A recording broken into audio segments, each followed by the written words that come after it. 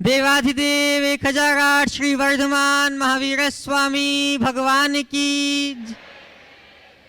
परम पूज्य प्रातः स्मरणीय संत शिरोमणि आचार्य भगवान श्री विद्यासागर जी महाराज की। परम पूज्य गुणायतन प्रणेता प्रखर वक्ता भावना योग प्रवर्तक गुरुवर श्री प्रमाण सागर जी महाराज की। परम पूज्य निर्व्यापक श्रमण मुनि श्री प्रशांत सागर जी महाराज की। परम पूज्य मुनि श्री निर्वेक सागर जी महाराज की।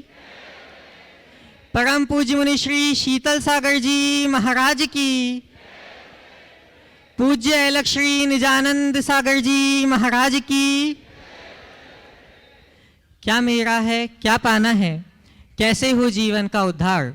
गुणायतन में आओ बंधु, यहाँ सत्य का हो दीदार। बंधुओं, पूज्य गुरुदेव की पावन प्रेरणा और मार्गदर्शन में निर्मित होने जा रहा गुणायतन बहुत शीघ्र ही कुछ माहों में ही हम लोगों के बीच लोकार्पित होगा, लेकिन उसके लिए आवश्यक है आप लोगों का सहयोग संबल। अतः मैं आप सभी से आह्वान करता हूं, आप सभी को पुकारता हूं कि अपने उदात चित्त से गुणायतन से तन मन धन से संबद्ध होकर अपने जीवन को धन्य करें और स्वर्णिम इतिहास को साकार करने में एक महत्वपूर्ण निमित्त बने। आज भी गुणायतन से कुछ लोग जुड़े हैं, मैं उन सभी के नाम को उच्चारित करूंगा और अपेक्षा रखूंगा कि आप सभी लोग करतल ध्वनियों से उनका सम्मान अवश्य करेंगे, उनको प्रोत्साहित अवश्य करेंगे। स्वर्ण दान में जुड़े हैं श्री पद्मचंद प्रेमलता आलोक नीवा बाकलीवाल हावड़ा से, सभी लोग करतल ध्वनियों से इनका सम्मान अवश्य करें। स्वर्गीय अशोक कुमार जी जैन की स्मृति में रानी जैन, अंकित, वसुधा, प्रणीत जैन लखनऊ से। श्रीमती सुमित्रा भरत जैन, मयूर, उज्जवल, राखी, चारवी, राजवी जैन, श्री श्रद्धा जी जैन परोला से। निर्माण निधि से जुड़े हैं श्री प्रदीप मोतीलाल जैन, श्रीमती रेखा प्रदीप जैन धुले से। और सूत्रधार के रूप में जो जुड़े हैं, निर्माण निधि से जो सूत्रधार बने हैं श्री रमेश चंद पुष्पा जैन, श्रीमती अंजलि जैन, रोहित जैन मुंबई से। वे अगर यहाँ उपस्थित हैं तो आएँ और पूज्य गुरुदेव का आशीर्वाद प्राप्त करें। करतल ध्वनियों का क्रम अनवरत रूप से चलते रहना चाहिए, थोड़ा शीघ्रता करेंगे। और सूत्रधार के रूप में ही जो जुड़े हैं श्री कुंतीलाल जी, टीकम चंद जी, सुमेर चंद जी, नरेश जी, राजेश जी, दीपक जी, नितेश जी, अर्पण जी, दर्शन जी, चिराग जी, वीर जी पाटनी, आलनियावास वाले अजमेर इचलकरंजी जी से। वे आए और पूज्य गुरुदेव का आशीर्वाद प्राप्त करें। सपरिवार आए। मुंबई से जो पधारे हैं श्री रमेश चंद पुष्पा जी जैन, मुंबई वाले, इनके सम्मान के लिए मैं आमंत्रित करूंगा। अच्छा जी, श्री रमेश चंद पुष्पा जी जैन, श्रीमती अंजलि जैन, रोहित जैन मुंबई से जो पधारे हैं, इनके सम्मान के लिए मैं आमंत्रित करूंगा सिद्धार्थ जी कासलीवाल।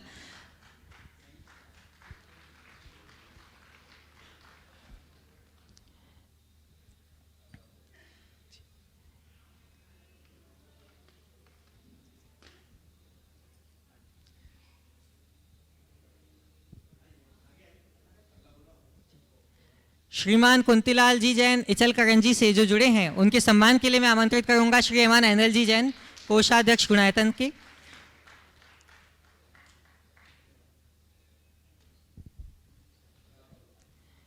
एवं सूत्रधार के रूप में ही जो जुड़े हैं श्री गटुलाल,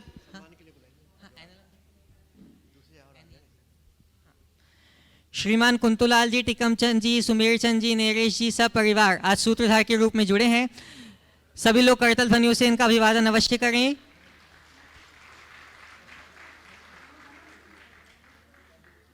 सूत्रधार के रूप में ही जो जुड़े हैं स्वर्गीय गटुलाल रमनलाल जैन की स्मृति में श्रीमती प्रमिला जी जैन, श्री भरत जी, शरद जी, शेखर जी जैन परोला जलगांव से। और इनके सम्मान के लिए मैं आमंत्रित करूंगा अरविंद पायल जी जैन हजारीबाग से।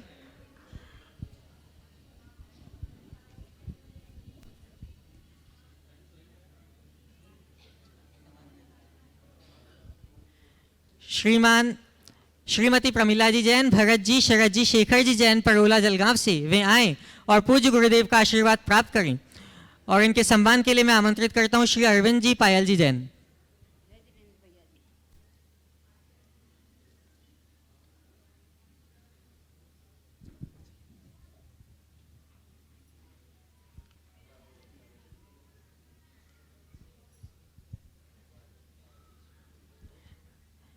बंधुओं, एक ऐसा व्यक्तित्व जिन्होंने पूज्य गुरुदेव को ऑनलाइन सुनकर आज तक गुरुदेव के दर्शन नहीं किए थे, गुणायतन नहीं देखा था, लेकिन वक्तव्य से इतना प्रभावित हुआ कि वह ऑनलाइन ही गुणायतन से संबद्ध हुए और ट्रस्टी के रूप में गुणायतन से जुड़े। और उन्होंने इतना ही नहीं, सहस्कूट जिनालय में एक प्रतिमा विराजमान करने का भी सौभाग्य प्राप्त किया। ऐसे सहस्कूट की मूल बड़ी प्रतिमा विराजमान करने का सौभाग्य प्राप्त किया। ऐसे श्री सनत कुमार जी गंगवाल, उर्मिला देवी जी गंगवाल यहाँ उपस्थित हैं, रायपुर से यहाँ उपस्थित हैं। वे आए और पूज्य गुरुदेव का आशीर्वाद प्राप्त करें। सभी लोग करतल ध्वनियों से इनका अभिवादन अवश्य करेंगे और इनके सम्मान के लिए मैं आमंत्रित करूंगा श्रीमान NC जैन जी, कार्याध्यक्ष गुणायतन।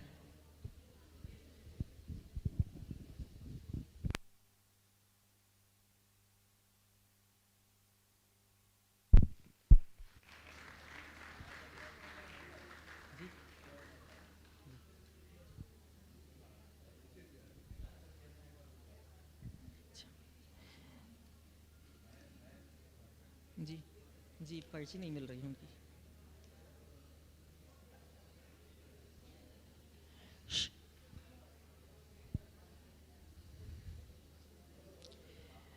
आज यहाँ पे प्रसिद्ध अहिंसा एवं शाकाहार संप्रेरक श्री KM जी गंगवाल भी यहाँ उपस्थित हैं, जिनका आज 79th बर्थडे है, 79वां जन्म दिवस है।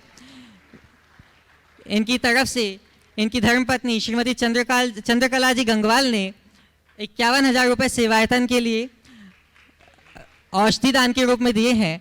वे सपरिवार आएँ और पूज्य गुरुदेव के चरणों में प्रणिपात करके अपने जीवन को धन्य करेंगे। और इनके सम्मान के लिए मैं आमंत्रित करूंगा श्री महेंद्र राखी जी अजमेरा धुलियान से।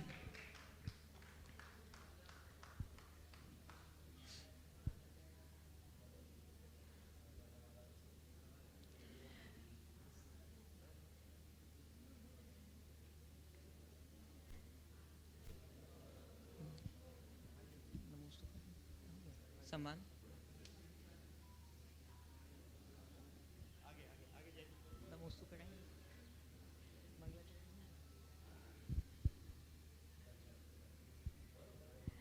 इससे पहले कि आज का हम सत्र प्रारंभ करें, उससे पहले पूज्य गुरुदेव के चरणों में प्रणति करके अपने जीवन की उन्नति निर्धारित करें। सभी लोग हाथ जोड़ें, मस्तक झुकाएं और मेरे साथ बोलें, हे गुरुदेव नमोस्तु नमोस्तु नमोस्तु।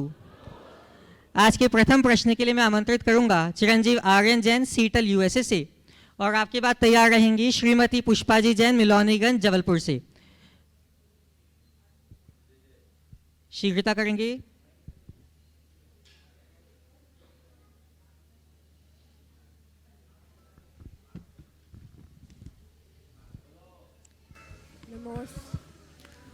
नमोस्तु गुरुदेव, नमोस्तु गुरुदेव, नमोस्तु गुरुदेव। बोलो बोलो। ओ चलो दूसरे को। श्रीमती पुष्पाजी जैन, मिलौनीगंज जबलपुर से। तब तक वो अपना प्रश्न रख लें।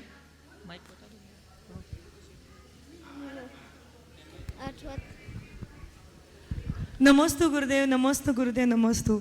ये छोटा आर्यन जैन मेरे पास आया था। उसने मुझे क्वेश्चन पूछा था कि इसका बड़ा भाई कंप्यूटर गेम खेलता है, ये छोटा भाई उसके पास जाके बोलता है मत खेलो, तो वो बड़ा भाई सुनता नहीं है। और अगर ये मुझे आके बोलेगा तो वो मैं उसको बोलती हूँ कि वो उसने चुगली की।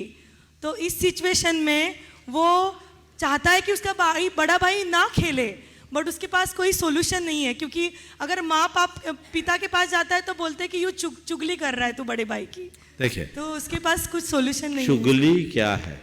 चुगली एक बुरी चीज़ है, लेकिन चुगली का मतलब ये नहीं है कि किसी की शिकायत करना। खड़े हो जाओ, दोनों जन खड़े हो जाओ। उसके पापा हैं तो साथ में वो भी हो सकते हैं। चुगली का मतलब क्या है? किसी की शिकायत करना या किसी की कमी को बताने मात्र का नाम चुगली नहीं है। चुगली करने का मूल अर्थ है एक दूसरे को एक दूसरे के विरुद्ध भड़काने की भावना से इधर की उधर करना। अगर आप किसी के हित की भावना से किसी से कुछ कहते हैं या किसी के विषय में कुछ कहते हैं तो चुगली ना होकर हिताकांक्षा है।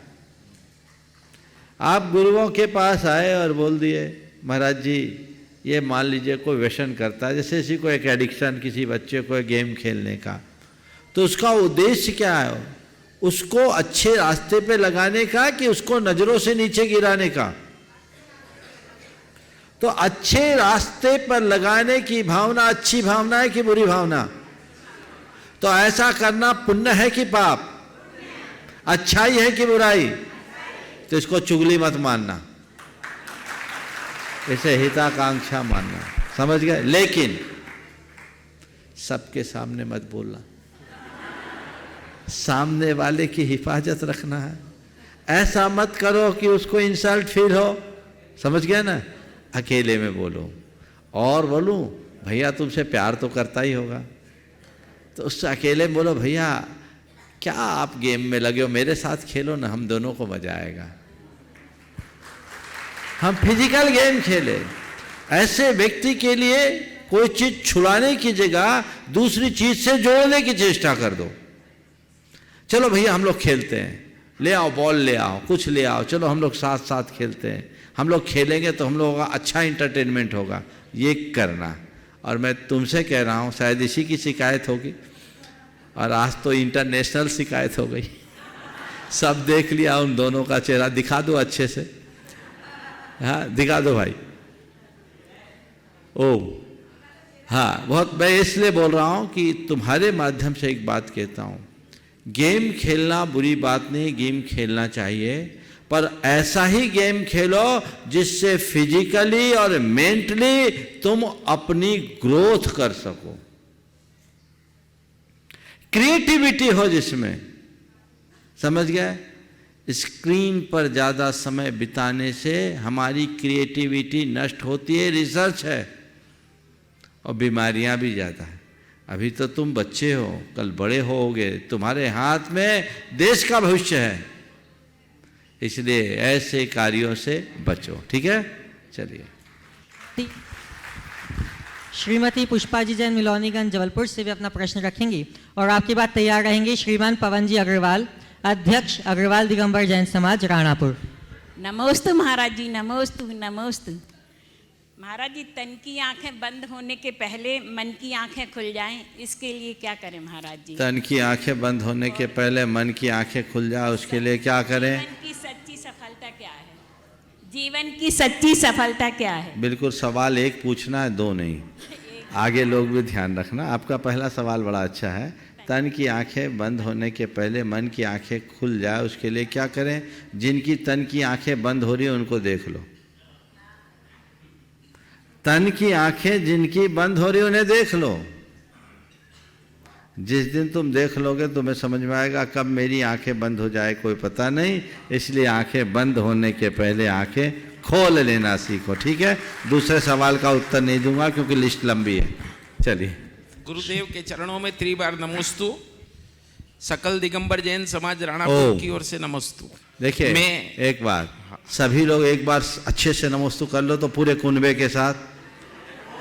और अब सीधे सीधे सवाल करना, ये टाइम थोड़ा थोड़ा बचाओगे तो एक आध आदमी का भला हो जाएगा। बोलो बोलो। मेरी शंका ये है गुरुदेव कि मैं नियम तो लेता हूँ पर उसको पालन करने के टाइम मेरा दिमाग हर बार शिथिलता की ओर रहता है कि नियम को इस तरीके से शिथिल करके नियम को पालन करूँ, तो कैसे मैं अपने आप को कठोर कर सकूँ और नियम पर दृढ़ता से नियम का पालन कर सकूँ? थोड़ा मुझे इसके लिए एक आत्म सुझाव आप अपने मन को दो। मुझे दृढ़ रहना है और अपने प्रति ईमानदार रहना है। नियम मैंने लिया, नियम लेने का मतलब क्या? स्वयं के प्रति स्वयं का कमिटमेंट होना। हमने खुद को खुद के लिए वचन दिया और उसे खुद ही खंडित करें तो हमसे बेईमान आदमी कौन होगा? तो हमें बेईमानी नहीं करना, हमें ईमानदारी करना है, ईमानदारी से जीना है। और जब हम इस ईमानदारी से जिएंगे तो हमारा रास्ता प्रशस्त होगा। देखिए, आज का सत्र एक विशेष सत्र है और मैं इसलिए कह रहा हूँ भैया जी से भी कि जिसको भी देखना, आज का सत्र कुल 25 मिनट तक के लिए आप लोगों का है, जिसमें 15 मिनट हो गए। आज हमारे बीच में देश के जाने माने प्रसिद्ध मोटिवेटर उज्जवल पाटनी हैं, तो बाकी सत्र उज्जवल पाटनी के माध्यम से होगा, आप लोग भी उसका लाभ लेंगे। इसलिए मैं ये कहना चाहूँगा कि जितने जो लोग वंचित रह जाए वो हताश नहीं होंगे, आगे देखा जाएगा। चलिए फटाफट करो। आमंत्रित करूंगा श्रीमान कक्षिल जी जैन सोनगिर महाराष्ट्र से, और आपके बाद तैयार रहेंगी सौभाग्यवती राखी रितेश जैन महाराष्ट्र से। नमस्ते महाराज जी, नौकरी या बिजनेस में जब कभी कभी झूठ बोलना पड़ता है तो उसमें क्या कर सकते हैं? कभी कभी झूठ बोलना में चलेगा, लेकिन झूठ बोलने का बिजनेस कभी नहीं चलेगा। चलिए। सौभाग्यवती राखी रितेश जी जैन महाराष्ट्र से, और आपके बाद तैयार रहेंगी प्रियंका जी जैन मिर्ज़ापुर मुर्शिदाबाद वेस्ट बंगाल। नमोस्तु गुरुदेव। हमारा प्रश्न यह है कि हमारी माताजी 6 बजे सामायिक करती हैं और मन चल बिचल ना हो इसके लिए पारस चैनल लगा देती है, तो क्या ये पारस चैनल लगाना उचित है? शंका का समाधान कीजिए महाराज जी। एक साथ 2 काम कर रही है, माला भी गिन रही है, प्रवचन भी सुन रही है। देखो, सामायिक के काल में सामायिक करना चाहिए और प्रवचन आदि के काल में प्रवचन, उत्तम यही है। एक साथ 2 चीजें जोड़ देना ठीक नहीं। ठीक है, चलिए। श्रीमती प्रियंका जी जैन वेस्ट बंगाल मुर्शिदाबाद से, और आपके बाद तैयार रहेंगे संजय जैन बड़जात्या धुलियान पश्चिम बंगाल से। महाराज जी, आपके चरणों में कोटि कोटि नमन।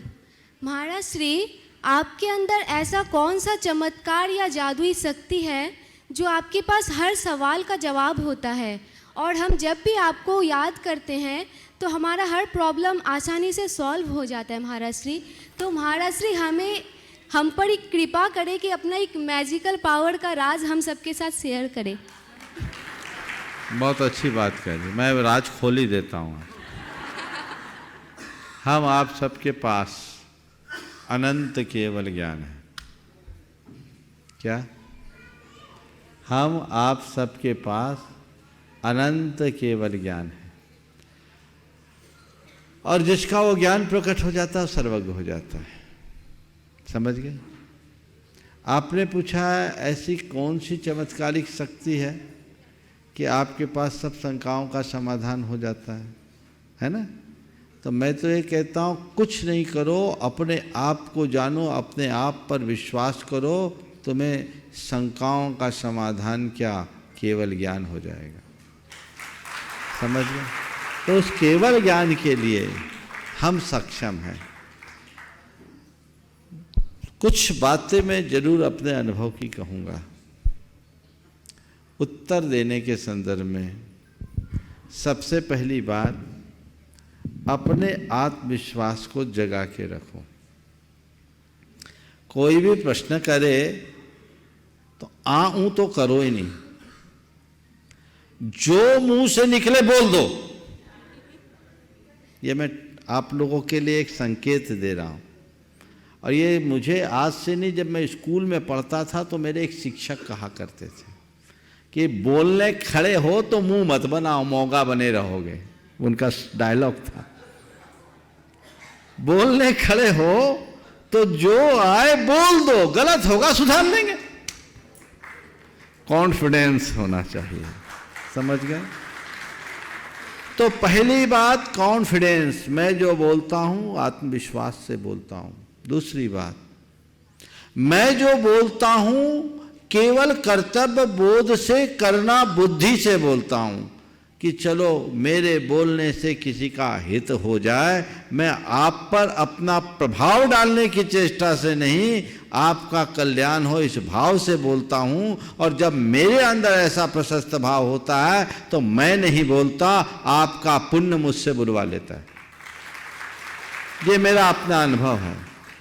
और चौथी बात, मैं हर पल अपने गुरु की कृपा का एहसास करता हूँ। मुझे लगता है कि शब्द इस मुख से निकल रहे हैं पर स्वर तो उनके हैं। निस्सरंती हृदय वाचा, हृदय में गुरवः स्थिता ते तत्र संस्कारयन्ति तन्न मेत्र परिश्रमा। मैं जो बोलता हूँ दिल से बोलता हूँ, मेरे दिल में मेरे गुरु बैठे हैं, वो मुझे वहाँ से संस्कारित और प्रेरित करते हैं, इसलिए इसमें मेरा कोई परिश्रम नहीं। समझ गए? मेरा कोई परिश्रम नहीं। अपने अंदर विश्वास जगाओ, गुरु पर, प्रभु पर, समाधान अपने आप मिलेगा। और कदाचित समस्याओं का समाधान मिले या न मिले, समस्याओं का सामना करने की सामर्थ्य जरूर मिलेगी, जो जीवन की सबसे बड़ी आवश्यकता है। चलिए। श्रीमान संजय जी जैन बड़जात्या, पश्चिम बंगाल धुलियान से, और आपकी बात तैयार रहेंगे पारस जी जैन, कुसुम्बा जिला, धुले, महाराष्ट्र से। गुरुवर, भारत तथा विश्व में खुदाई पर जितनी भी पौराणिक प्रतिमा प्राप्त होती है वो ज़्यादातर अपनी तीर्थंकर प्रतिमा होती है। अन्य लोग अगर उसे पौराणिक प्रतिमा को अहिंसक रूप से पूजते हैं तब तक तो ठीक है, पर अगर उसे प्रतिमा को हिंसा के रूप में पूजते हैं तो वो कहाँ तक सही है? इसमें हम क्या कर सकते हैं? कृपया मार्गदर्शन दें। देखिए, अगर कहीं हमारे कोई प्राचीन प्रतिमाएं हैं और उनकी पूजा अर्चा हम नहीं कर पा रहे हैं तो हम लोगों के लिए बहुत दुखदायी है। हम लोग कोशिश होनी चाहिए कि प्राचीन प्रतिमाओं की हम लोग पूजा अर्चा निरंतर कर सकें, लेकिन कई स्थानों में लोगों ने कब्जा कर रखा है, तो उसके लिए जागरूकता का अभियान चलाना चाहिए। वहाँ के लोगों को समझाना चाहिए कि देखो भाई, एक जगह की बात है, ऐसा हुआ तो उनसे कहा गया कि भाई देखो, तुम श्रद्धा से पूछते हो, हम तुम्हारी श्रद्धा का सम्मान करते हैं, पर एक बात बताओ, तुम शिवलिंग पर कभी सिंदूर चढ़ाते हो क्या? हनुमान जी पर जल नहीं चढ़ाया जाता, शिवलिंग पर सिंदूर नहीं चढ़ाया जाता। तो तुम शिवलिंग की पूजा करो तो जल ढारो, बेलपत्तर चढ़ाओ, और हनुमान जी की पूजा करो तो जो परंपरागत तरीके से सिंदूर चढ़ाया जाता वो चढ़ाओ, या प्रसाद चढ़ाया जाता वो चढ़ाओ। इसी तरह अगर जैन प्रतिमा है तो जैन विधि से तुम पूजा करोगे तो तुमको पुण्य मिलेगा, हिंसा करोगे तो पुण्य की जगह पाप लगेगा। ये अगर हम समझाने में सफल होते हैं तो लोगों में बदलाव आता है। और इसकी जगह है तुम जैन मूर्ति के साथ ऐसा क्यों करो, ये सवाल करते हो और विरोध खड़ा करते हो, तो तकरार होगा। हमें तकरार नहीं करना, हमें टकराव नहीं आने देना। हमें उन्हें संयुक्तिक तरीके से समझाना है कि हर मंदिर का अपना एक कस्टम होता है, हर जगह के अपनी एक रीति होती है, उस रीति के अनुरूप करोगे तो विनय है, और रीति के विरुद्ध होगे तो अविनय। विनय में पुण्य है, अविनय में पाप, ये समझाओ। और जब श्रद्धा से भरे लोगों के श्रद्धा का सम्मान करते हुए आप समझाओगे तो निश्चित उसका रास्ता प्रशस्त होगा। श्रीमान पारस जी जैन, कुसुम्बा जिले, धुले, महाराष्ट्र से, जिला धुले, महाराष्ट्र से, और आपकी बात तैयार रहेंगी कुमारी लवधी जी, हजारीबाग से। नमोस्तु महाराज जी, नमोस्तु महाराज जी, नमोस्तु महाराज जी। महाराज जी, आज हमारे साथ महाराष्ट्र के धुले जिले से आदिवासी समुदाय से 25 लोग आए हैं जो पिछले 20 से 25 साल से जैन धर्म का अनुपालन करते हैं। इनका इतिहास ऐसे है कि मेरे पिताजी प्राथमिक शिक्षक थे जिन्होंने बचपन में अपने स्कूल में इन बच्चों को जैन धर्म के संस्कार दिए थे। तब से ये जैन धर्म का अनुपालन कर रहे हैं आज तक, यानी जैन से भी बढ़कर, यानी कुछ इनमें से जो कुछ लोग हैं जिनके रवि व्रत उसमें 81 उपवास हो चुके हैं, नवकार मंत्र के 1.25 लाख जाप पे बहुत बार ये कर चुके हैं, ये उपवास एकासनादि करते रहते हैं। मांगी तुंगी जो इनके घर से काफ़ी पास है तो ये मांगी तुंगी की वंदना महीने में लगभग 1 बार तो ये जाते ही हैं। ऐसे इनमें धर्म के काफ़ी बीज इनमें विद्यमान है। महाराज जी, मैं इन सब की तरफ से एक शंका आपसे पूछना चाहूँगा कि इनके अपने समाज में जो कुछ इनकी रीतियाँ वगैरह होती है, जैसे जिसमें थोड़ा जैन धर्म के मूलभूत सिद्धांत जैसे अहिंसा के विपरीत कुछ चीज़ें होती हैं, तो उसमें ये पूरे दिल से शामिल नहीं हो पाते हैं। उसकी वजह से समाज में थोड़ा इनके प्रति तनाव निर्माण होता है कि जैसे वो इन्हें कहते हैं कि आपको हम समाज से बाहर कर देंगे, या फिर आपके इनमें आपके जैसे कोई फेस्टिवल वगैरह तो उसमें शामिल नहीं होंगे। तो फिर महाराज जी, कैसे ये समाज और जैन धर्म में अपना स्वर्ण मध्य साध सके, इसके लिए एक सूत्र दीजिए महाराज जी। ओम। देखिए, पहले तो मैं इन सब का हृदय से स्वागत करना चाहूँगा। ये सब लोग हमारे अपने भाई हैं। बड़ी प्रसन्नता का विषय है कि आज 25 लोग आए। 25 परिवार की 25 लोग? 25 लोग महाराज। हाँ, बहुत अच्छी बात है। जहाँ तक आदिवासी भाइयों की बात है, अरे हम सब जैनी आदिवासी हैं क्योंकि आदिनाथ के वंशज हैं। आदिनाथ भगवान हमारे पूर्वज हैं, तो आदि से ही तो आदिवासी बना है। आदिनाथ की संस्कृति ही आदिनाथ की धरती। अब ये बात अलग है कि समय काल के प्रवाह में लोगों की जो आचार विचार की प्रवृत्तियों में बदलाव आया, तो समय बदलता है, समय वापस संभालता भी है। तो इन लोगों का पूरी समाज को तहे दिल से स्वागत करना चाहिए, इन्हें अपने हृदय से लगाना चाहिए। अब रहा सवाल धार्मिक और सामाजिक दृष्टि से इन्हें क्या स्थान मिले, तो ये मेरे ज्यूरिडिक्शन का विषय नहीं है, ये ऊपरी अदालत में जाना चाहिए। इसके लिए आचार्य महाराज के चरणों में ले जाना चाहिए और आचार्यों से इन सब को वो स्थान दिलाना चाहिए ताकि ये रह सके। आज बहुत सारे जैन ऐसे हैं जिनके इतिहास को पलट कर देखोगे तो वो जैन नहीं थे, और आचार्यों और गुरुओं की कृपा से वे सब जैन बने। तो ये पूरी तरह, इनको आप आदिवासी कहते हैं, हम इनको आदिवासी जैन कहेंगे, और ये जैन बन सकते हैं। इनको जैन धर्म में दीक्षित होने का पूरा प्रावधान हो सकता है, और इन्हें वो सब अवसर मिल सकते हैं जो एक दूसरे जैन को मिले, पर ये मैं नहीं कर सकता।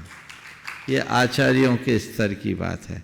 एक बार लेकर के जाइए गुरुदेव के पास, समझ गए, और वहाँ जा कर के इनसे पहले समय लेकर के कि ऐसी ऐसी बात है, हम लोग इनके लिए क्या करें, और जो कुछ रीतियाँ हैं उसका भी समाधान बहुत सम्यक तरीके से निकल सकता है ज्ञान के बल पर। इनको हम समझा कर पहले जोड़िए, फिर छोड़ने की बात कीजिए। ये लोग अगर व्रत उपवास कर रहे हैं, शुद्धाचारी बन रहे हैं, तो इससे अच्छी बात क्या होगी, और हमें इस दिशा में प्रयास करना होगा। जब तक लोग जैन नहीं रहेंगे तो जैन धर्म कैसे रहेगा। तो हमें तो जैनों के वृद्धि के लिए सतत सोचना ही चाहिए। आपने बहुत अच्छा विषय यहाँ पर उपस्थित किया है और इस दिशा में सतत प्रयत्न होना चाहिए। और आपके पिताजी शिक्षक थे, जैसा आपने बताया, मैं उनको भी आशीर्वाद देता हूँ कि उनने बहुत अच्छा कार्य किया, और तुम लोगों से कहता हूँ ये अलग जगह के रखो। आज 25 है, इसे 2500 और 25,000 तक ले जाने की कोशिश करो। सवाल जैन का तमगा लगे या न लगे, ये बात का विषय। हालांकि मैं जो कह रहा हूँ, हाईकमान से जाओगे तो सर्वोच्च न्यायालय के निर्णय के बाद फिर कहीं कोई चुनौती नहीं होगी। मैं अगर कहूँगा तो मेरी बात पर कहीं चुनौती हो सकती है, लेकिन जब ऊपर की मुहर लग जाएगी तो फिर कोई चुनौती का सवाल नहीं होगा। इसलिए मैं चाह रहा हूँ ये मामला वहीं लेकर जाऊँ। पर मैं ये कहता हूँ, वो बात की बात है, कम से कम हमारा जीवन स्तर तो अच्छा है। इन भाइयों को माइक दो थोड़ा। जी महाराज। कोई भी एक जो बोल सकते हैं। मैं आपसे सवाल कर रहा हूँ, आप जैन धर्म का पालन कर रहे हो, अपने मन से कर रहे हो या दबाव प्रभाव से? नहीं नहीं, मन से, हम सब मन से कर रहे हैं। आप जैन धर्म का पालन करके अपने आप को खुश महसूस करते हैं? बहुत बहुत खुश। आपके जो अपने और जो लोग हैं, जो आपके रिश्ते नातेदार हैं, जिन्हें जैन धर्म का ज्ञान नहीं, जैन धर्म का पालन नहीं करते, उनकी तुलना में आप अपने आप को कैसा महसूस करते हो? बहुत अच्छा महसूस करता हूँ। आपको ऐसा तो नहीं लगता कि हम सब लोगों से कट गए? नहीं नहीं नहीं, नहीं लगता ना? तो बहुत अच्छी बात है, यही आपके समुदाय की रीढ़ है। और लोगों में जागृति का शंखनाद करेंगे तो निश्चित एक बड़ी उपलब्धि होगी। महाराज जी, मैं एक बात बोलना चाहता हूँ। बोलो। नमोकार मंत्र का प्रभाव इतना है, शायद कोई जैन जान सके ना सके, लेकिन हम जानते हैं। जो कोई भी जादू टोना हो या बिच्छू ने काट लिया हो, उस पर नमोकार मंत्र का प्रभाव से हम फूंक दे या जल पिला दे तो 1-2 सेकंड में बिच्छू जो दर्द देता है वो खत्म हो जाता है। बहुत सुंदर। देखो, तुम लोग तालियां बजा रहे हो, मैं एक वाक्य कहता हूं, तुम लोग नमोकार जपते हो, तुम लोग नमोकार जपते हो, और ये नमोकार में श्रद्धा रखते हैं। जपने से काम नहीं चलेगा, श्रद्धा पूर्वक जपने से काम होगा। इसलिए श्रद्धा पूर्वक जपने का भाव रखना चाहिए। और नमोकार मंत्र महामंत्र है, ये श्रद्धान हो, बहुत अच्छी बात है।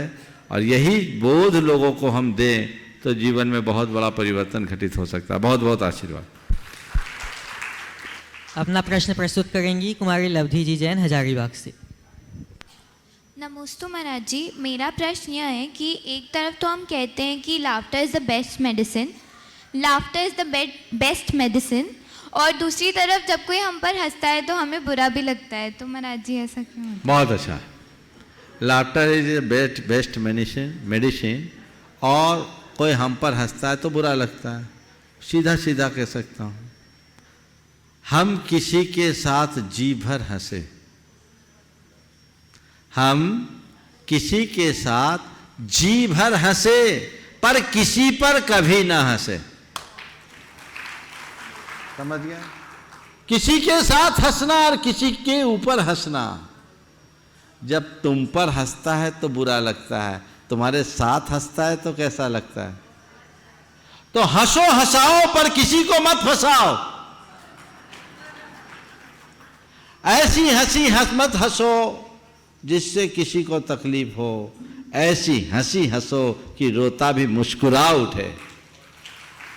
खिलो और खिलखिलाओ, ये हमारे जीवन का मंत्र होना चाहिए।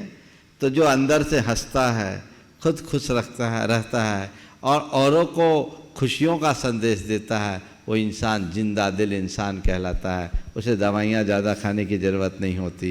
और जो दूसरों पर हंसता है वो बीमारियों में फंसता है। इसलिए दूसरों पर हंसना मत। और आज हंसोगे, कल तुम्हें ऐसे पाप का उदय आएगा कि तुम्हें देखकर दुनिया हंसेगी। इसलिए कभी किसी की हंसी मत उड़ाओ। समझ गए? तो पुनः वाक्य जो दोहरा रहा हूँ, किसी के साथ जी चाहे हंसो पर किसी पर कभी भी ना हंसो। समझ गए? चलिए। आज हमारे बीच में जिनवाणी चैनल प्रमुख श्रीमान नीरज जी जैन सपरिवार यहाँ उपस्थित हैं। वे आए और पूज्य गुरुदेव के चरणों में नमोस्तु अर्पित करेंगे। और इनके सम्मान के लिए मैं आमंत्रित करूंगा श्रीमान NCG जैन, कार्याध्यक्ष गुणायतन। करतल ध्वनियों से इनका स्वागत करें सभी लोग।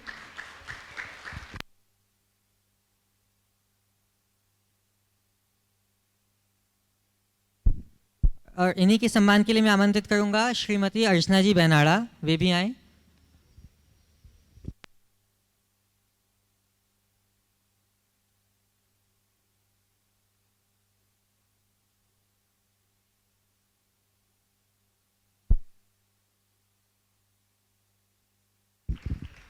गुरुदेव के विगत शिखर जी चातुर्मास में श्रीमान पंडित अनंत जी रेखा जी जैन मैनपुरी ने एक कलश यहाँ पे स्थापित कराया था। वे आज यहाँ उपस्थित हैं। वे आए और पूज्य गुरुदेव के चरणों में नमोस्तु अर्पित करेंगे और गुरुदेव का आशीर्वाद प्राप्त करेंगे। और यहाँ उपस्थित सभी ब्रह्मचारी गणों से मैं निवेदन करूंगा कि वे उनको कलश प्रदान कराएंगे। अच्छा, डॉक्टर विजय जी गंजवासौदा से ब्रह्मचारी भैया, वे इनको कलश प्रदान कराएंगे। मैनपुरी से जितने भी लोग आए हैं सभी लोग खड़े हो जाएं, खड़े हो जाएं।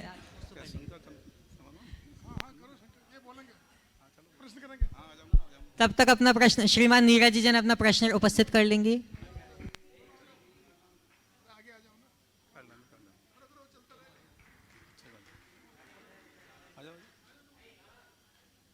हो गया।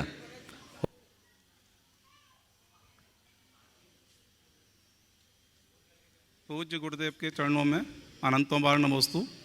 मंच पे विराजमान सभी मुनराजाओं के चरणों में नमोस्तु, अनंतों बार नमोस्तु। पूज्य गुरुदेव, ये तो पूरा देश, पूरा विश्व जानता है, जब से आपने जिनवाणी चैनल को आशीर्वाद दिया है वो लगातार ऊंचाइयों पे छू रहा है। और जिनवाणी चैनल के पीछे जो भी डायरेक्शन है वो आपके चलते हैं, ये सभी को पता है। बस आज एक थोड़ा सा विकल्प है, कभी कभी चैनल पे चलाते समय एक ही समय पर कई मुनिराजों के प्रोग्राम हमारे पास होते हैं, तो किसके चलाएं किसके न चलाएं, ये विकल्प मेरे मन में बहुत रहता है। एक तो ये है, और इसके अलावा गुरुदेव अभी तक हम लोग जिनवाणी चैनल से 40 प्लस के आयु के जो लोग हैं उनको तो जोड़ पाए हैं अच्छे से, लेकिन अभी बच्चों के लिए हम लोग क्या करना चाहिए वो आप हमें आदेश करें। देखिए, बहुत अच्छी बात है। मैं तो चाहूँगा पहले एक बार जोरदार करतल ध्वनि से नीरज भाई का अभिनंदन करें। जिनवाणी चैनल को ये बहुत अच्छे से चला रहे हैं और बहुत अच्छे संदेश जिनवाणी के माध्यम से, अगर कहूँ तो जिनवाणी के माध्यम से जिनवाणी का प्रसार करने का काम कर रहे हैं। ऐसे ही करते रहे। जहाँ तक सवाल है कि जिनवाणी चैनल के पीछे मार्गदर्शन का, तो मेरा नीरज को मार्गदर्शन है, चैनल को नहीं, और नीरज को जो मार्गदर्शन है वो चैनल का मार्गदर्शन बन जाता है। मैं तो ये कहूँगा कि जो रास्ता मैंने तुम्हें दिखाया है, बस उसी नीति को अपना आदर्श बना करके चलोगे तो कभी पीछे नहीं आओगे, आगे बढ़ते जाओगे। और हमारा लक्ष्य धर्म की प्रभावना है, जिन शासन की सेवा है, यही हमारा प्रमुख लक्ष्य है। बाकी चीज़ें हमारे लक्ष्य में नहीं हैं। तो जिससे जिन शासन की प्रभावना हो वो काम करे। अब आपने सवाल किया कि बहुत सारे लोगों का आता है कि किसका चलाएं किसका नहीं चलाएं। तो चैनल किस लिए चला रहे हो आप? प्रभावना के लिए कि अप्रभावना के लिए? बोलो। प्रभावना के लिए गुरुदेव। दुकान खोलते किसके लिए? कमाई के लिए कि बैठने के लिए? हाँ, कमाई के लिए। अब एक साथ तुम्हारे पास 3 ग्राहक आया है और एक ही आइटम लेना है, तुम किसको माल बेचना पसंद करोगे? जो ज़्यादा प्रॉफिट देगा उसको कि कम प्रॉफिट देगा उसको? बोलो बोलो। नहीं, बात तो सही है आपकी। बात सही तो उत्तर तो दो मेरा। प्रॉफिट वाले को बेचेंगे। तो जिससे ज्यादा प्रभावना हो वो काम करो। जय हो गुरुदेव। मैं ये नहीं बोल रहा जिनवाणी वाले को जो ज्यादा पैसा दे, वो भी एक तुम्हारी प्रभावना है। जिससे ज्यादा प्रभावना हो उनको वरीयता दो, क्योंकि मेरा लक्ष्य प्रभावना का है। बस इस पैरामीटर पर काम करोगे, कहीं मत फंसो, कहीं नहीं फंसोगे। अपने ऑफिस में एक सैद्धांतिक नियम बना लो, कहाँ किसे लोग ज्यादा पसंद करते हैं, किससे ज्यादा प्रभावना होगी, हमें उसे प्रमुखता देकर चलना है, तो कोई उलझन नहीं होगी। और युवाओं का न जुड़ पाना, उसके कारणों की समीक्षा करनी चाहिए और युवाओं के लिए कुछ अच्छे कार्यक्रम भी बनाना चाहिए। मैं तो चाहता हूँ आज का युवा हम लोगों को कम सुनना पसंद करते, उज्जवल जैसे को ज़्यादा पसंद करते। इन लोगों के भी कुछ कार्यक्रम दें। उनको आजकल प्रवचन पसंद नहीं आते, उनको मोटिवेशन पसंद। बातें वही होती है, लेकिन एक सोच में परिवर्तन है। और जब व्यक्ति को उसकी बातें उसके जीवन की जगह कैरियर से जोड़ करके सुनाई जाती है तो वो लोग ज़्यादा रुचि लेते हैं। तो कुछ इस तरह का टाई अप करो कि ऐसे प्रोग्राम हो जिसके माध्यम से लोग सुने। और दूसरी बात ये है, युवा बहुत सुनता है, ऐसा नहीं है। आपके पास शायद सही डेटा नहीं है, आज विजय यहाँ उपलब्ध नहीं है। हमारे YouTube में 1 करोड़ व्यूज लगभग 28 दिन में आते हैं और इसमें यूथ्स भी अच्छी संख्या में रहते हैं। युवा चैनल पर कम, गैजेट्स के माध्यम से ज़्यादा सुनता है, तो वो आकर्षित है। पर अभी इसमें और अधिक संभावनाएं हैं, हमें उसे जगाना चाहिए और उनके अनुरूप कार्यक्रम बनाना चाहिए ताकि लोग उसको सुन सके, समझ सके और जाना जा सके कहाँ कहाँ क्या है। तो इसके पूरे के पूरे डेटा का एनालिसिस करें और देखें क्या आवश्यकता है और उसी के अनुरूप कार्य करेंगे। और ये बहुत महत्वपूर्ण सवाल है, इस पर ध्यान देना ही चाहिए। नमोस्तु गुरुदेव, नमोस्तु। जैसा कि आप लोगों को विदित ही है कि प्रख्यात संप्रेरक और कुशल वक्ता श्रीमान उज्जवल जी पाटनी सपत्नीक यहाँ पे उपस्थित हैं। मैं चाहूँगा कि वे आएँ और पूज्य गुरुदेव का आशीर्वाद प्राप्त करें। और इनके सम्मान के लिए मैं आमंत्रित करूँगा श्रीमान जैन कमल जी और NCG जैन कार्याध्यक्ष गुणायतन। सभी लोग करतल ध्वनियों से इनका अभिवादन अवश्य करें और इनका सम्मान करें।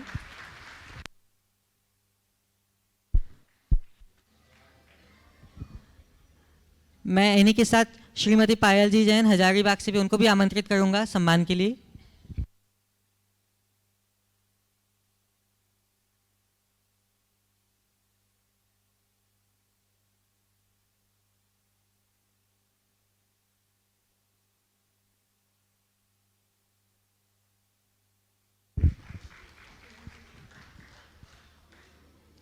और मैं चाहूँगा कि आगे का पूरा सत्र श्रीमान उज्ज्वल जी पाटनी ही संभालें। पूरा सत्र मतलब नहीं। परम पूज्य महाराज श्री प्रमाण सागर जी के चरणों में बारंबार नमोस्तु। समस्त मुनि संघ के चरणों में बारंबार नमोस्तु। और अभी अभी महाराज श्री ने एक बात कही और मैं यहाँ बैठ के सुन रहा था। मैं आपको बताऊं, मैं पब्लिक स्पीकिंग मोटिवेशनल स्पीकर हूँ। आप में से बहुत सारे लोगों ने मेरे वीडियो देखे होंगे, जिसने भी देखे हाथ उठाएं। अच्छा चलो, सब अधिकतम ने देखे हैं। तो मैं आपको बताता हूँ कि सबसे कठिन क्या होता है पब्लिक स्पीकिंग में। तो महाराज श्री अभी बड़े बड़े नेता जो हैं वो पब्लिक स्पीकिंग बंद कमरों में सीख रहे हैं, क्योंकि मोदी जी ने स्पीकिंग के तरीके बदल दिए हैं। तो सब लोग सबसे कठिन किसको मानते हैं? जब कोई अचानक सवाल पूछे और उसका सर्वश्रेष्ठ जवाब देना पड़े। और गुरुदेव, मैं इतनी देर से यहाँ बैठा हूं, मतलब आप जो सवालों के जवाब दे रहे हैं वो लोगों को शायद आप तैयारी करके भी देने बोलेंगे तो नहीं दे पाएंगे।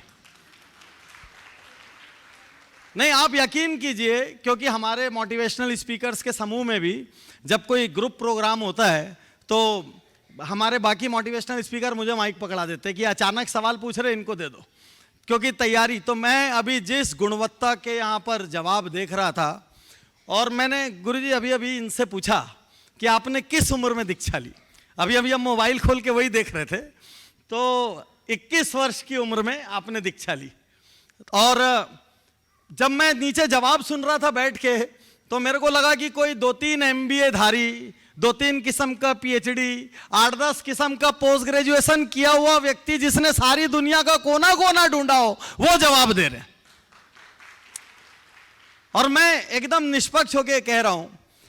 और देखिए, इसमें सोच की भी बात होती है। अभी गुरुदेव कह रहे थे कि हमारे नहीं, उज्ज्वल जैसे लोगों के प्रवचन कराओ, लेकिन आप जो है ना, आप फ्यूजन है दोनों दुनिया के।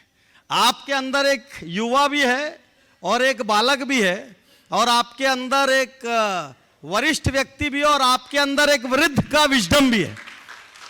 ये मैं इसलिए नहीं कह रहा हूं कि यहाँ बैठा हूं। मैं यहाँ पर पिछले साल आया था, और मैं मोटिवेशनल स्पीकिंग यहाँ क्या करूँ, मतलब मैं तो, ये सागर है, मैं उसमें एक बूंद हूँ, इसलिए कोई अर्थ नहीं है मेरी स्पीकिंग का। मैं तो अपना अनुभव बांटता हूँ आपसे। तो पिछले साल मैं यहाँ जब आया तो यहाँ जो पीछे प्रोजेक्ट बन रहा है वो मैंने देखा। तो मैं ये कह सकता हूँ कि वहाँ पर आपकी सोच है, और आपकी सोच में ज्ञान और विज्ञान दोनों है। क्योंकि जैसे आप मुझसे पूछेंगे, मैं ज़रूर साल में 10 से 15 दिन रिलीजन के लिए निकालता हूँ। मैं महीने में 20 दिन ट्रैवल करता हूँ, हर महीने 4-5 देश जाता हूँ। इस वजह से बहुत ज़्यादा धर्म में कनेक्ट नहीं हो पाता, लेकिन जितना भी होता हूँ, यदि आप मुझसे मोटा मोटा पूछेंगे समोसरण क्या होता है, मैं आपको बता सकता हूँ। लेकिन यदि आप कहेंगे कि नहीं, समोसरण को भावों की पूरी अनुभूति डाल के या अंदर से महसूस करके शरीर के रोम रोम से बताओ, तो शायद मैं तकनीकी रूप से भी गलत हो जाऊंगा और भावनात्मक रूप से भी गलत हो जाऊंगा। तो जो ज्ञान और विज्ञान का कॉम्बिनेशन करके यहाँ जो प्रोजेक्ट बन रहा है वो अद्भुत है। और मैं चाहता हूं जोरदार तालियों से हम उस सारी टीम का स्वागत करें।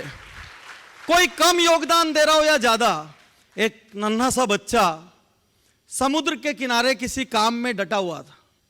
तो वहां से एक वृद्ध सज्जन निकले और उन्होंने उस बच्चे से पूछा, क्या कर रहे हो? और उस बच्चे ने अपनी आंखें गीली करते हुए जवाब दिया कि रात को पता नहीं क्या हुआ, लहरें किनारे पर आई है और खूब सारी स्टारफिश, छोटी छोटी मछलियां होती है, ऐसी लाखों मछलियों को समुद्र के बाहर से निकालकर रेत पे लहरों ने फेंक दिया है और ये मछलियां तड़प रही है। तो वो वृद्ध सज्जन कहते हैं कि ठीक है, वो मछलियां तो तड़प रही, लेकिन तुम क्या कर रहे हो? तो वो जवाब देते हैं कि, वो बच्चा जवाब देता है कि मैं मछलियों को वापस पानी में डाल रहा हूं, मैं मछलियों को जीवन दान दे रहा हूं। तो वृद्ध बड़े हैरान हो जाते हैं, वो चारों ओर देखते हैं, लाखों मछलियां बिखरी और एक अकेला नन्हा सा बच्चा मछलियों को उठा के वापस डाल रहा है। बोलते, बेटा तुम तो अकेले हो, तुम छोटे से हो, कितनी मछलियां डालोगे? तो वो जो जवाब देता है वो कहता है, मैं नहीं जानता मैं कितना बड़ा हूं, मैं ये भी नहीं जानता कि मेरी सामर्थ्य कितनी है, बस मैं इतना जानता हूं कि जितनी मेरे में सामर्थ्य है मैं पूरी यहां इस पल लगा रहा हूं। तो जिंदगी में हम जहां भी हैं, जैसे भी हैं, हमारे पास जो भी है, हम वहीं से अपनी जिंदगी को शुरू कर सकते हैं, वहीं से अपनी पूरी सामर्थ्य लगा सकते हैं। तो जितने भी लोगों ने इस अद्भुत प्रोजेक्ट में छोटा बड़ा, तन से, मन से, धन से जो भी योगदान दिया है, उन सब के लिए जोरदार तालियां। गुरुजी, एक बात और कहना चाहता हूं। मैं बहुत सारे देश जाता हूं लगातार, और बहुत सारे अलग अलग धर्मों के मंच पर आमंत्रित किया जाता हूं, और आस्था और व्यवस्था, जहां पर आस्था की जगह हो, वहां पर यदि कोई तकनीकी ज्ञान देने के लिए, किसी चीज को बताने के लिए, किसी चीज को बैठ के महसूस करने के लिए यदि व्यवस्था भी हो जाए, तो फिर उस जगह को कोई बीट नहीं कर सकता। मैं अभी गुरुदेव से कक्ष में कह रहा था, जिस दिन ये जगह का उद्घाटन हो जाएगा, उस दिन के बाद शिखर जी आने वाले हर व्यक्ति को एक दिन एक्स्ट्रा महज यहां के लिए निकाल कर आना पड़ेगा। और लास्ट और सबसे प्रमुख बात कहता हूं, विद्वत्ता और गुणवत्ता, ज्ञान और विज्ञान, आस्था और व्यवस्था, विद्वत्ता और गुणवत्ता, बहुत सारे लोग बहुत सारी चीजें जानते हैं। गुरुदेव पिछली बार जब यह मंदिर दिखाया गया, जो भी मेरे साथ थे, तो उन्होंने एक एक बेल बूटे को, एक एक दीवार को, एक एक गुंबद को, एक एक बनावट को, दिशा को, कहां से इसकी प्रेरणा ली गई, इसको जिस तरीके से एक्सप्लेन किया गया, बहुत सारे लोगों में ज्ञान होता है, लेकिन वो ज्ञान, वो विद्वत्ता गुणवत्ता में नहीं आती। तो विद्वत्ता और गुणवत्ता, और अभी गुरुजी बार बार आचार्य श्री का नाम ले रहे थे, तो आपने जो डायलॉग दिया उससे मन गदगद हो गया। ये मेरा जुरिस्डिक्शन नहीं है, और वहां पे जाके फाइनल स्टैम्प। तो मैं अभी अभी आचार्य भगवान श्री विद्यासागर जी महाराज के साथ उनके कक्ष में लगातार 2-3 दिन, 2-2, 3-3, 4-4 घंटे बैठा रहा। और यदि किसी ने उज्ज्वल पाटनी यूट्यूब चैनल देखा हो 2 दिन पहले, तो आचार्य श्री का मैंने एक इंटरव्यू लिया है, गुरुदेव आचार्य श्री का, जिसमें, और मैंने उसको उज्ज्वल पाटनी यूट्यूब चैनल पर रिलीज किया है कि क्यों जैन धर्म में करोड़ों लोग इनको भगवान मानते हैं। पहले दिन टाइटल था, क्यों पीएम और प्रेसिडेंट यहां आकर झुकते हैं। मैं इतना ही कहना चाहता हूं गुरुदेव कि आप जिस तरीके से लॉजिक से, जिस तरीके से गहराई से, जिस तरीके से आप समाधान दे रहे हैं, देश में लाखों करोड़ों लोगों का जीवन बदल रहा है। और सिर्फ जैन ही नहीं, क्योंकि जैन तो देखिए एक धर्म है, मैं तो जैन को जीवन जीने की शैली ज्यादा मानता हूं। अभी एक बहुत बड़े हिंदुस्तान के 5वें नंबर के उद्योगपति एक दिन शाम को मुझसे कहते हैं, नीरज जी, कि मैं जैन हो गया हूं। तो मैंने बोला, भाई जैन कैसे हो गए? बोले, अब मैं शाम को 6 बजे खाना खाता हूं और अगली सुबह 9 बजे खाना खाता हूं। तो हमारे में मॉडर्न भाषा में इसको इंटरमिटेंट फास्टिंग बोलते हैं, और आपके जैन धर्म में ये इनबिल्ट है। तो आपको शायद जानकारी नहीं होगी, बहुत सारे बड़ी बड़ी हस्तियां, क्योंकि मेरा इन्हीं के साथ संपर्क होता है, ये भले जैन नहीं कहते, लेकिन ये मानते हैं कि जैन एक धर्म नहीं, एक जीवन शैली है, और शायद ये दुनिया की सर्वश्रेष्ठ जीवन शैली है। तो जैसा गुरुदेव ने यहां पर कहा कि हम नमोकार मंत्र जपते हैं और वो नमोकार मंत्र पे श्रद्धा रखते हैं, तो यदि हम भी जैन धर्म में सिर्फ हम जैन हैं, इस पे गर्व करना छोड़ के जैन धर्म के असली सिद्धांतों को, फंडामेंटल्स को, प्रिंसिपल्स को अपने रोम रोम में आत्मसात करें, तो मेंटल हो, चाहे स्पिरिचुअल हो, चाहे फिजिकल हो, जैन धर्म की सिंपल जीवन शैली 360 डिग्री अपनी बॉडी की और माइंड की, स्पिरिचुअलिटी की देखभाल कर सकती है। गुरुदेव, मैं धन्य हूं कि आपका मुझे सानिध्य मिला, और आपके कई बार मैं शंका समाधान कहता हूं, तो आपका नाम में प्रमाण है, समाधान और प्रमाण। तो जो साइंस में यकीन करते हैं वो हर समाधान के पीछे बोलते हैं प्रमाण दो, इसका प्रमाण दो। हम लोग मजाक में कहते हैं साइंस तो लंगड़ा होता है, वो प्रमाण के बिना चीजों को मानता नहीं। क्यों डॉक्टर साहब, एम आई राइट? तो साइंस लंगड़ा होता है। तो समाधान, जब प्रमाण के सागर खुद समाधान दे रहे हो, तो फिर समस्या हल कैसे नहीं होगी। यही कहकर मैं अपना स्थान ग्रहण करता हूं, और गुरुदेव से विनती करता हूं कि मैं हर दिन लाखों करोड़ों लोगों का जीवन बदलने की कोशिश कर रहा हूं।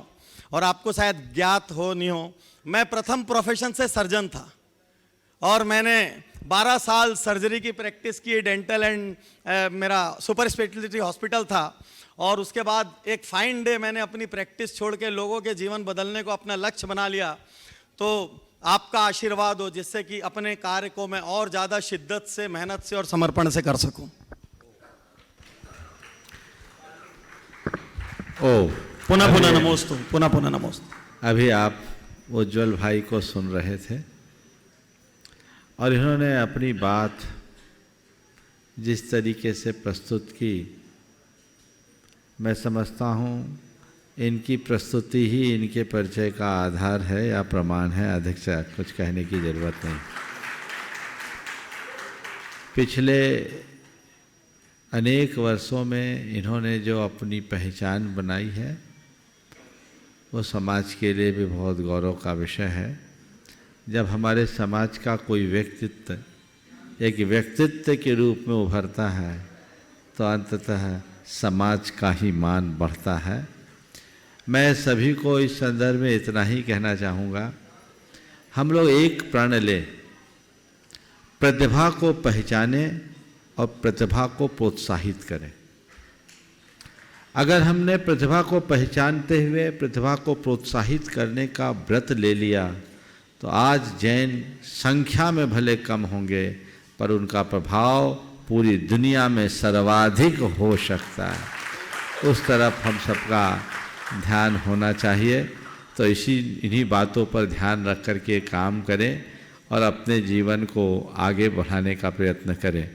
आगे के लिए मैं चाहूँगा निर्वेक सागर जी महाराज के प्रश्न से आज के इस शंका समाधान के सत्र को आगे बढ़ाया जाए। महाराज जी प्रश्न करेंगे, कोई भी।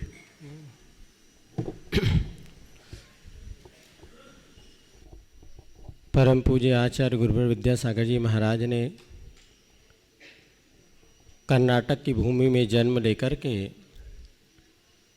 और कन्नड़ भाषा में प्राथमिक शिक्षा प्राप्त करते हुए और हिंदी साहित्य का एक अनूठा काव्य रचा है जिसका नाम है मूक माटी। मूक माटी एक ऐसा काव्य है जो प्रत्येक व्यक्ति के जीवन में जीवन जीने की कला तो सिखाता ही है, साथ साथ धार्मिक और आध्यात्मिक संदेश भी देता है। आचार्य ने एक कम पंक्तियाँ लिखी हैं, वातानुकूलता हो या ना हो, वातानुकूलता हो या ना हो, सुख या दुख के लाभ में भला छुपा रहता है, देखने से दिखता है समता की आँखों से, क्योंकि स्वयं लाभ शब्द पलट करके कह रहा है लाभ भला। निश्चित संसारी सभी जीवों के जीवन में उतार और चढ़ाव आते रहते हैं, सुख दुख का वातावरण बना रहता है। इन सभी परिस्थितियों में हम कैसे अपने आप को मैनेज कर सकें, पूज्य आचार्य जी की इन पंक्ति के माध्यम से आप सभी के लिए उद्बोधन प्रदान करें, बड़ी कृपा होगी। देखिए महाराज जी ने जो सवाल किया है, चूँकि समय अल्प है और एक छोटे से प्रसंग से जो गुरुदेव के साथ घटा, मैं इसका सार बताना चाहूँगा। गुरुदेव ने कहा लाभ में भला और भला में लाभ देख लिया जाए तो जीवन धन होगा। बहुत अच्छी पंक्तियाँ हैं, वातानुकूलता हो या न हो, सुख या दुख के काम में भला छुपा रहता है, देखने में दिखता है समता की आँखों से, लाभ शब्द स्वयं विलोम रूप से कहता है लाभ है भला। हम हर में लाभ देख सकते हैं, बुरे में भी भला देख सकते हैं यदि हमारी सोच सकारात्मक हो। और गुरुदेव के जीवन का एक प्रसंग आप सबको सुना करके मैं विराम लूँगा। बहुत पुरानी बात है, जब गुरुदेव दुर्ग से जबलपुर की ओर आ रहे थे, 1984 की बात है, मैं उन दिनों ब्रह्मचारी था। अब मध्य प्रदेश में 12 शिवनी में संघ विराजमान था। संयोग से गुरुदेव को अंतराय हो गया। अंतराय के बाद गुरुदेव मंदिर जी में थे, कुछ सुधी श्रावक उनके समक्ष चर्चा कर रहे थे। इसी मध्य एक सज्जन आए, वो कुछ संभ्रांत से दिख रहे थे और आते ही उन्होंने सीधे सीधे एक सवाल जड़ दिया, महाराज Shri what is your business? महाराज Shri what is your business? इस बेतुके और अटपटे सवाल की हम लोग कोई प्रतिक्रिया कर पाते, इसके पहले गुरुदेव के उत्तर ने पूरा वातावरण बदल दिया। जैसे उन्होंने पूछा व्हाट इज योर बिजनेस, गुरुदेव ने कहा बिजीनेस इज माय बिजनेस। पूरा अर्थ ही बदल दिया। बस जिसकी सोच में ये दृष्टि प्रतिष्ठित हो जाती है, उसके जीवन में भला ही भला होता है, लाभ ही लाभ होता है, बुरा कहीं नहीं होता। इसलिए समता को बढ़ाना है तो सोच में सकारात्मकता जगाना सबसे बड़ी जरूरत है। समय आप सबका हो गया, यहीं पर विराम। बोलिए परम पूज्य आचार्य गुरुवर श्री विद्यासागर जी महाराज की ओम।